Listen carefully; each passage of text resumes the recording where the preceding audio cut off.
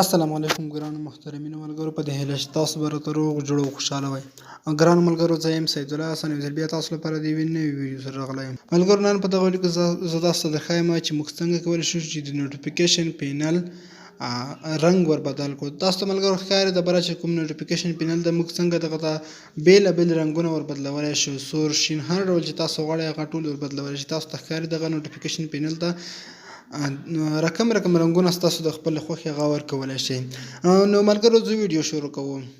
که تر اوسه پورې تاسو زموږ ویډیو لایک کړی نه وي، نو مهرباني وکړئ زموږ ویډیو لایک کړئ، او که تاسو تر اوسه پورې زموږ چینل نه وي سبسکرایب کړی، مهرباني وکړئ زموږ چینل سبسکرایب کړئ، او ورسره خواږه چې کوم د ګنټۍ نښه راځي په دې لازمي کلیک وکړئ او په آل باندې کلیک وکړئ، ترڅو زموږ هره نوې ویډیو تاسو ته ټول نه اول در ورسیږي. نو د دې لپاره به تاسو په خپل موبایل کې یو کوچنی اپلیکیشن ډاونلوډ کړئ. دغه اپلیکیشن لینک په ډسکرپشن کې شته، پاور شیډ. کله چې ملګرو تاسو دغه اپلیکیشن انسټال کړئ، ډېر یو کوچنی اپلیکیشن دی، یوازې 2 MB اپلیکیشن دی. د ټول نه اول به تاسو ملګرو دغه یو تاسو ته ښکاري ناټ رننګ، دغه اپشن به تاسو آن کړئ. کله چې دغه آن کړئ، دلته تاسو نه یو پرمیشن غواړي، دلته لاندې به راشي، دغه پرمیشن به ورکړئ، پاور شیډ پرمیشن.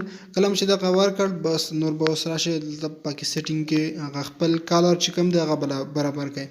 دلته ملګرو د دوهم اپشن دی کالر، تاسو په کالر باندې کلیک وکړئ. دلته ملګرو تاسو ته ښکاري چې د بره بیکګراوند کالر دغه د نوټیفیکیشن پینل دغه ته تاسو رنګ ور بدلولی شئ. هر ډول رنګ غواړئ تاسو هغه ور بدلولی شئ د خپلې خوښې.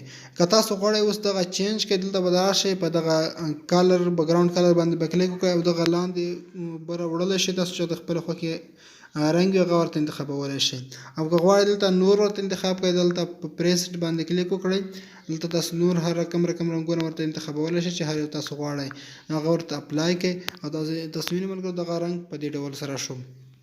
او ملګرو که غواړئ اکټیو ټایلر کالر دغه منځنی اپشن چې کوم ښکاري، مثلا دغه زه پاور یا ډیټا آن کوم، د ډیټې رنګ شین وي، دلته تاسو هغه ته رنګ ور بدلولی شئ. دغه ځای کې دغه اپشنونو ته هم رنګ ور بدلولی شئ. دې خوا کې تاسو دلته هم د خپلې خوښې رنګ ور بدلولی شئ، هر ډول رنګ چې وي.